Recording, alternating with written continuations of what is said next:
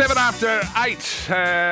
Well, it gives us great pleasure to welcome to the 3AW studio. This is the first time for me, guys. Is it the first time? This is huge. Oh, it's wonderful. Radio royalty, Hamish Blake. And now television royalty, of course. Hey, guys, I'm a humble servant in the court here. A host of Lego Masters, which we report has done amazingly in the ratings. Congratulations on thank that. you. I mean, as you guys know, with ratings, it's lovely that people are enjoying it, but really the real prize is that, you just avoid the disaster of a bad rating scenario. The real prize is just, you get left alone. As John Clark used to say, a draw's a good result in the Australian media.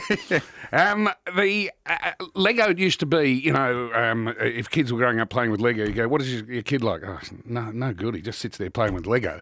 Now, if your child plays with Lego... Could win $100,000. Yeah, well, not only that, you're thrilled that they are doing something creative rather than being occupied on a screen. Well, that is true. I mean, from a parent level, early days when I heard about this show, I thought, well, at a baseline, there's worse things to be involved in than celebrating creativity and getting kids, building stuff again. I'll give myself one compliment here and one criticism. The beautiful thing about since the show's aired is people are sending in pictures and stuff on Instagram and Twitter and things going, look at what the kids are doing, like straight after the show they're building, which I think is beautiful and lovely. The irony is not lost on me, though, that we're encouraging kids to get away from screens and build Lego by putting something on a screen that's building Lego. Well, I don't know. We're all parents here. I don't think television, I never count television as a screen. Yeah, okay. I always think of iPads and phones. Television, no, television's perfectly acceptable. Because it's far enough away. If it's not too close to their eyes, it's all right. Given the success of Married at First Sight, did you have any pressure during the creative process to have a couple of the Lego figures cheat on each other or just stab each other or quietly move over to another, switch teams around? Yeah. Well, I think that, we're obviously a very different show to Married at First Sight. And before it launched, there was a few people in the press would say, oh, well, geez, it's nothing like Married at First Sight. Do you think it will work? I was like, well, I don't know. Well, yes, we're very much not Married at First Sight, but I would hope that we're not in a world where we can only put Married at First Sight on TV. Tell me about Brickman. Has anybody Has anybody on set ever done what all of us have done, and that is stood on a Lego and sworn? These guys are professionals, and so I certainly stood on a lot of bits, but luckily I was wearing 2 pairs of socks and boots at all times on set. Because I would prefer to stand on Lego. Now, any of your children like Beyblades? Oh, what are Beyblades? Beyblades are the spinning top thing. You stand on one of those, you'll beg to stand on a piece of Lego. Lego is like a comfortable slipper. I'll take that, but my 5-year-old, he's almost 5, loves Batman Lego and the helmet. Batman's helmet, those 2 ear spikes. Yeah. Oh, that thing. You were limping for a week if you get a Batman helmet. Did you play with Lego yourself when you were a kid?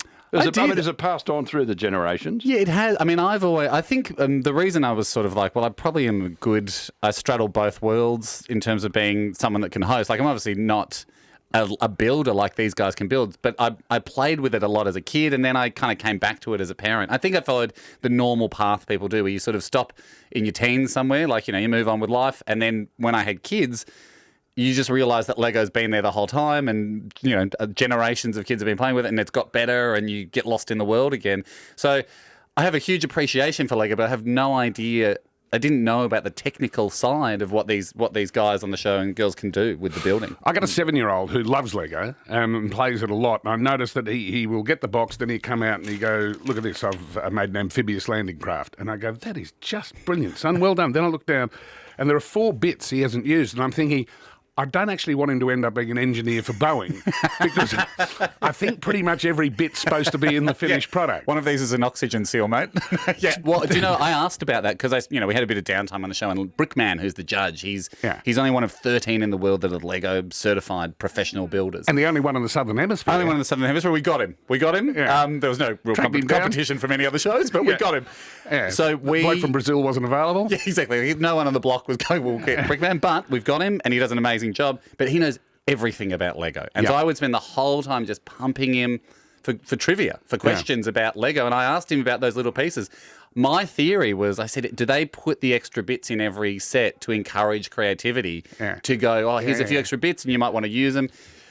He said, yeah, a little bit is that. Like the Lego Corporation cares a lot about, playing and creativity, but mostly it's because it's all sorted by robots in the factory. And those are the bits that weigh so little, they're a margin of error piece.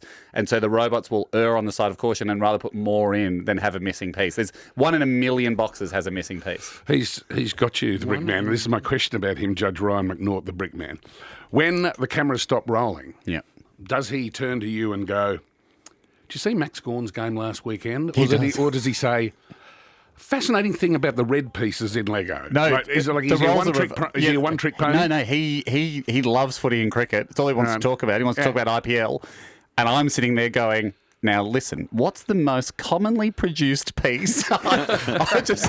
Because as soon as you find out that Lego make 100 billion pieces a year, and the numbers are staggering, and he's bored of talking about Lego. That's what he does for a job. So he just wants to talk about footy and cricket. Well, they've got all new sort of Lego sets, haven't they? They that do, are based on modern activity. What's the latest one? I mean, I know they've done a Star Wars one, which would have What are we up to now? Like Harry Potter. Yeah, Harry Potter's or big. Avengers. A big event. There'll be some Avengers Lego. Now, I was in the Lego store the other day, and they're doing like sort of a vintage release. There's like a Steamboat Willie set that you can get. So there's nothing. They do a great job, I think, of just tapping into what kids are doing. But I mean, it's kind of a clever way to do it because you're like, well, here's a movie you guys love, but then you'll break it down and make something else out of it afterwards. So it's certainly come a long way since we were kids. But to get a Lego set made, there's like 20 designers at Lego, and they all critique each other, and it goes through a big round of like, oh, you could use one less bit here, or what if you put a bit there? If you can't answer this, can you ask Brickman? Yeah. I've had this theory that you go along and You're right in the Slate Heroes. This is exactly the stuff. This is basically you are being me every day we were filming Lego Masters. Right. When you go into the store with your 7-year-old son, Yep. and the box says suitable ages 6 to 8. Yep. You go, no, my kid's better than that. Yeah. Right. He's a 7-year-old. I'll have the 10 to 13-year-old set, please, because my child's a genius. I'm guilty, I reckon, of overestimating my child's ability by 10 years at least. Yeah. I bought him a Batmobile for 16 plus for Christmas, and he's 4. And because you think, yeah, he'll be able to put that together. And of course, it's 200 pages of instructions, page 80 wanders away, and then Dad just built. I spent all Boxing Day doing it. The ages are very accurate. Because you know there are 2 types of gifted children, don't you? Your own children and gifted children.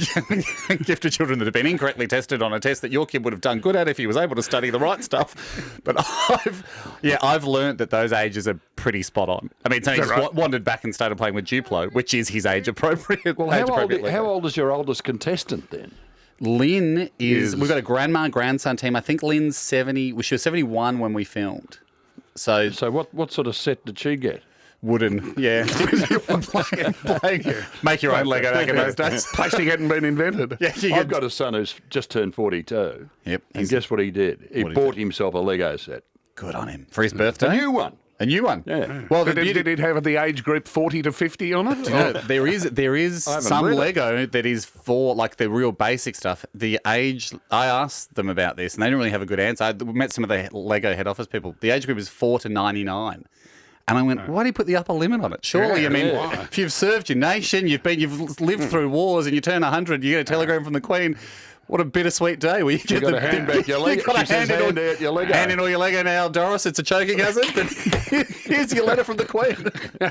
It only goes for 3 weeks, which is good. Yes, it's short and sharp. This so Sunday, Monday, Tuesday, tonight is the episode. And yeah, bizarre to think that in 2 weeks it's the grand final. I'm being yelled at to wind up. Usually for you would be to play another song. Oh yeah, I spent 10 years of my life in radio being yelled at to wind up. Lego Masters continues tonight. And next Monday at 7:30pm and 7pm on Sundays on Channel 9. Nice to meet you. Thank you so much, Amy, guys. Loved it.